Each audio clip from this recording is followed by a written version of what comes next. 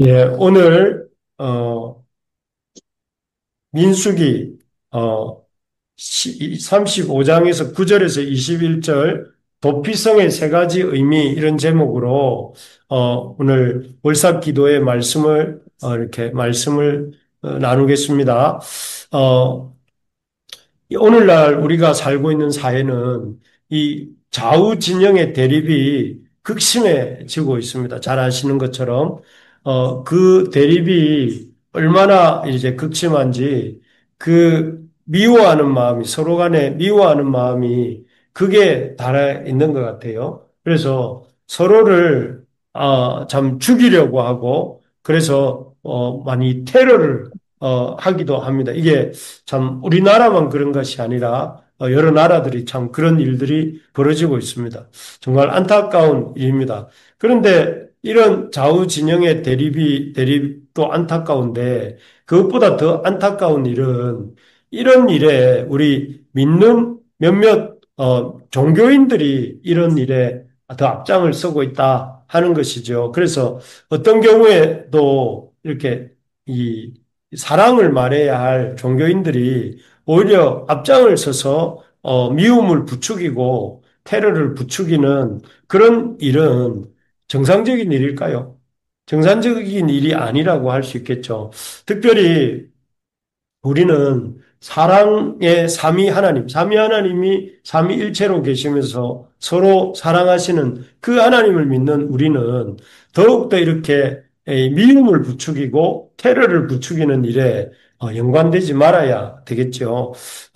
그렇습니다. 정말 왜 그런가 하면 하나님께서 우리에게 주신 사명이 무엇입니까? 어떤 바리새인이 어떤 서기관이 가장 큰 계명을 물었을 때에 그 예수님께서 대답하시기를 가장 큰 계명은 하나님을 사랑하는 것이고 그 다음 계명은 그러니까 이웃을 내 몸과 같이 사랑하는 데 있다. 이렇게 말씀하시지 않았습니까? 오늘 본문에 나오는 도피성, 이 도피성 제도야말로 이러한 하나님의 사랑을 우리가 사랑하기를 원하시는 하나님의 사랑의 마음을 이렇게 우리에게 잘 보여줍니다. 오늘 이 도피성 제도를 이렇게 보면서 하나님의 사랑의 마음을 알아서 이번 6월은 그 어느 달보다 뜨겁게 사랑하는 하나님도 사랑하고 이웃도 사랑하는 그래서 6월 한 달은 우리 교회에서 사랑하는 달로 정하고 사랑해 나가는 그런 한 달이 되기를 소망합니다. 오늘 본문의 도피성 제도가 우리에게 제도를 통해서 하나님 우리에게 주시는 의미는 첫째, 우리 한번 읽어보겠습니다. 하나님은 잘못한 사람에게도 은혜 베풀기를 기뻐하십니다. 이렇게 되어 있습니다. 하나님은 잘못한 사람에게도 은혜 베풀기를 원하신다 하는 것이죠. 이 도피성 제도는 아시는 것처럼 이 부주의한 고의가 아니라 부주의한 과실로 실수로 잘못해서 사람을 죽게 한 사람을 그 죽게 한 사람이 죽임을 그 피해 보복으로 죽임을 당하는 것을 면할 수 있도록 허락해 주신 도피할 수 있는 성을 도피성이라고 합니다. 이 도피성은 이 이스라엘 땅 전역에 요단강 가운데 파란 줄이 요단강인데 요단강 동편에 세 곳, 그리고 요단강 서편에 세 곳 해서 총 6곳을 허락해 주셨습니다. 왜 이렇게 많이 그런 도피성을 만들게 하셨는가 하면 실수로 고의가 아닌 과실로 사람을 죽게 한 경우에 자기에게 가장 가까운 도피성에 들어감으로써 그곳에서 억울한 죽임 당함을 면하게 만들고 또 그가 공정한 재판을 받을 수 있도록 하나님께서 이렇게 도피성을 6개나 6군데나 허락해 주신 것입니다. 그리고 오늘 본문을 읽어보시면서 보셨겠지만 놀랍게도 이 성읍들은 여기 15절에 나오는 것처럼 이스라엘 자손과 한국인과 이스라엘 중에 거류하는 자 모두가 이 도피성의 혜택을 받을 수 있었습니다. 누구라도 이스라엘 사람이든 또 외국인이든 이 거류하는 나그네든 누구라도 고의가 아닌 과실로 사람을 이렇게 죽게 만든 경우에 억울하게 피해 보복을 당하지 않고 이렇게 살 수 있도록 이 도피성에만 들어오면 그 사람에 대한 이런 그 처벌을 하지 못하도록 이렇게 만들어 놓으셨다 하는 것입니다. 이것을 통해서 하나님이 우리가 생각하는 것과는 달리 구약의 하나님 역시 이스라엘 사람뿐만 아니라 이 이방인들 그리고 거류하는 나그네들 모두를 차별 없이 모두가 차별 없이 하나님의 사랑을 이렇게 받을 수 있도록 해주셨구나 하는 것을 알 수가 있습니다. 그리고 지금도 이런 도피성이 있죠. 구약에만 있었던 것이 아니라 지금도 이러한 도피성이 있는데 과연 어디일까요? 이러한 차별 없는 하나님의 사랑, 잘못한 사람에게 은혜를 베풀어 주시는 하나님의 사랑이 오늘날 나타나는 도피성은 바로 예수 그리스도입니다. 예수 그리스도가, 이 사람의 몸으로 이렇게 나타난 것이, 도피성이 사람의 몸으로 나타나는 것이 우리 주님이신 예수 그리스도이십니다. 예수님께서는 이 땅에 사람의 몸을 입고 이 땅에 오셨죠. 오셔서 십자가에 돌아가셨습니다. 십자가에 돌아가신 이유는 우리의 죄를 대속하시고 우리에게 생명을 주시기 위해서 돌아가셨습니다. 돌아가시고 부활하심으로 그 십자가를 통해서 우리에게 대속의 은혜를 덧입을 수 있도록 우리의 완전하고도 영원한 도피성, 그 구약의 이스라엘은 6군데였지만 이 신약에 등장한 예수 그리스도는 그런 몇 군데 정도가 아니라 누구든지 어디서든지 그리스도의 이름을 부르고 그리스도께로 나오는 자는 도피하게 해주시는, 그래서 이렇게 우리의 영원한 도피성이 되어 주셨다 하는 것입니다. 그래서 누구든지 이렇게 이 주님 앞에 나오기만 하면 그 수고하고 무거운 짐들을 어떻게 해주십니까? 주님이 대신 맡아주시고 그 인생의 수고하고 무거운 짐을 주님이 대신 감당해 주신다라고 말씀합니다.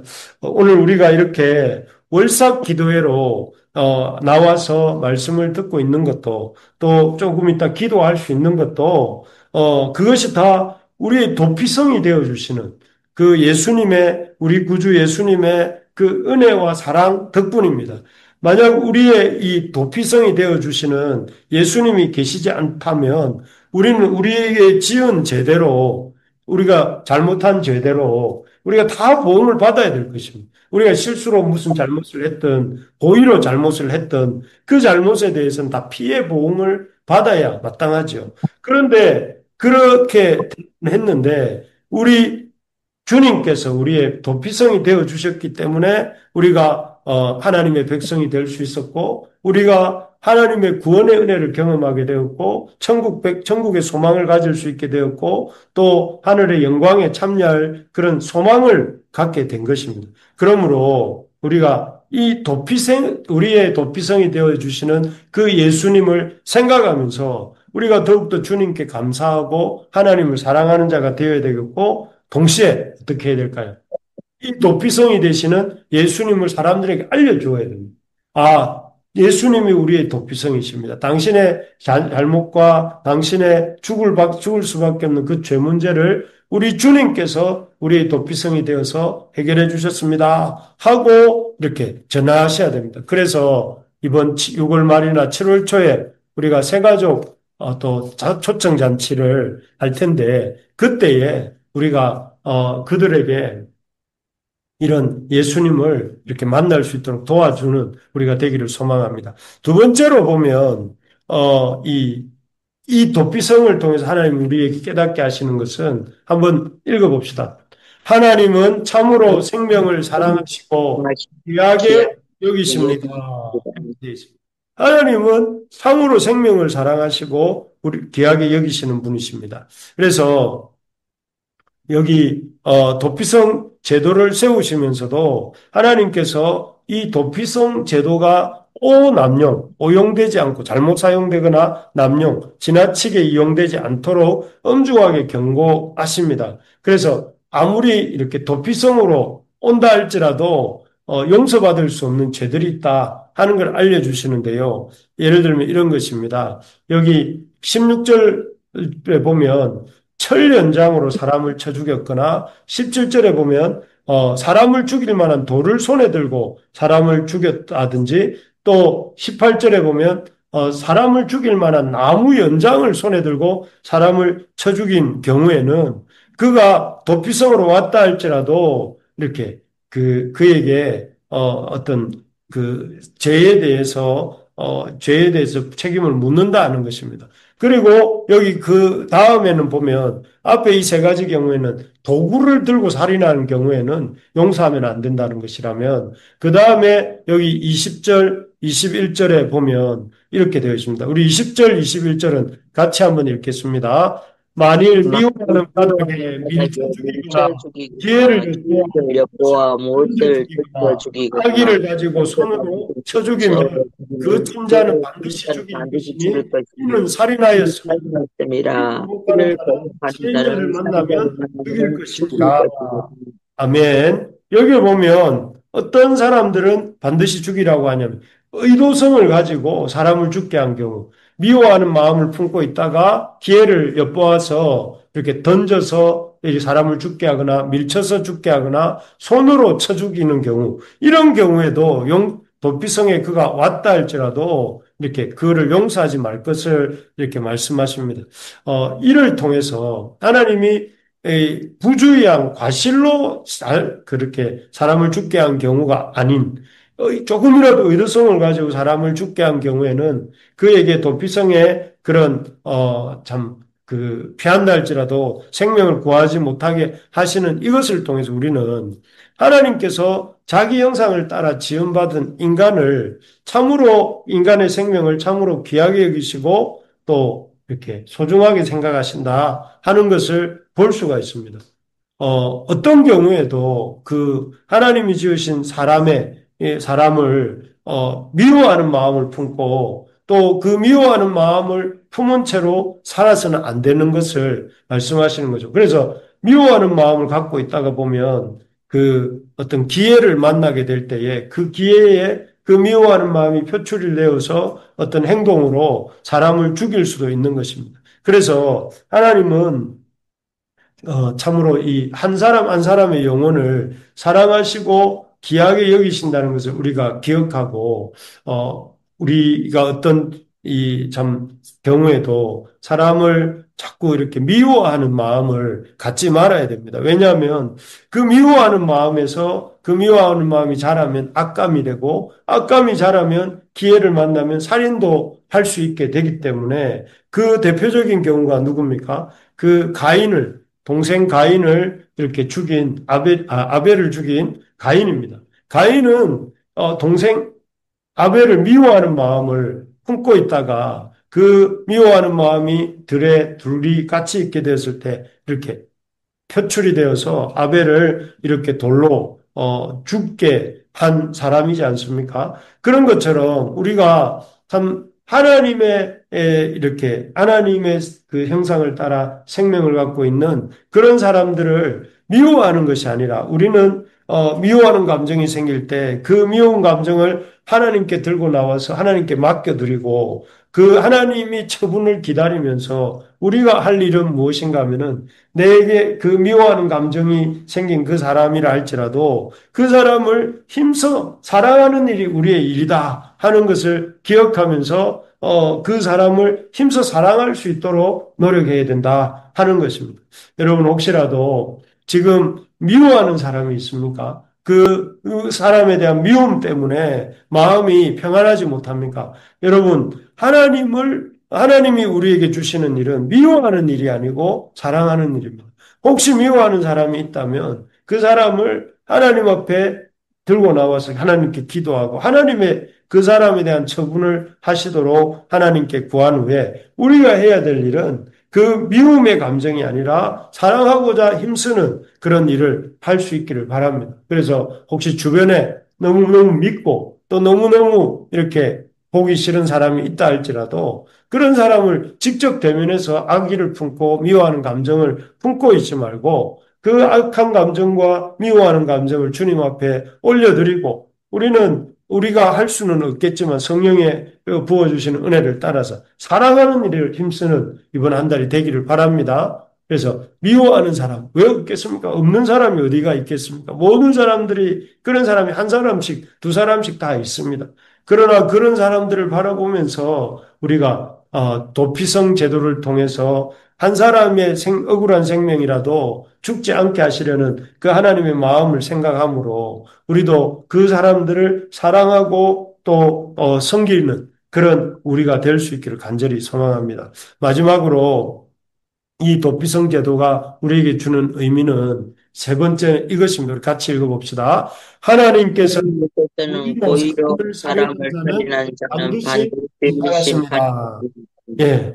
하나님은 이 고살죄, 아까 옛날 개혁 성경에서는 고살죄라고 나오는데, 고살죄는 줄임말, 고의로 살인한 사람, 살인하는 죄, 그걸 고살죄라고 하고, 그렇게 고의로 사람을 죽인 사람을 고살자라고 이렇게 옛날 성경은 말을 했습니다. 그런데 어쨌든 고의로 악한 마음을 품고 있다가 돌을 던지거나 밀어내거나 또 기습해서 사람을 죽게 하거나 아니면 철 연장을 쓰거나 돌로 사람을 때리거나 아니면 나무 연장을 써서 사람을 죽인 이런 경우에 대해서는 용서하지 않는, 도피성에 들어왔다 할지라도 용서하지 않는다는 것을 보면서 우리가 반드시 기억해야 될 것이 하나님은 너무나 우리를 사랑하시고 어떤 경우에도 그 한 영혼 한 영혼을 아끼기를 원하시는 분이신 동시에 하나님은 공의의 하나님이시고 잘못된 죄에 대해서는 책임을 물으시고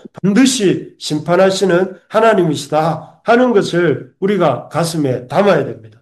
하나님은 어떠한 경우에도 무죄한 피를 흘린 자를 용서하지 않으시고 또 하나님의 말씀에 불순종한 죄에 대해서 반드시 그 죄값을 찾으시는 하나님입니다. 그래서 우리가 이 사실을 공의의 하나님을 생각하고 그 공의의 하나님에 대한 두렵고 떨리는 마음을 가지고 항상 우리가 하나님의 그 면전에서 하나님의 존전에서 우리가 하나님이 맡기신 이 참 하나님의 생명을 귀하게 여기라는 말씀대로 또 한 영혼을 귀하게 여기고 또 그래서 사랑하고 다투지 않고자 힘써야 되겠습니다. 그래서 가정에서든지 교회에서든지 일터에서든지 사회에서든 어디를 가든지 여러분 한 영혼 한 영혼을 어떻게 대하는가가 하나님 앞에서 우리에게 중히 보시는 것이라는 것을 기억하면서 한 사람의 영혼을 귀하게 여기고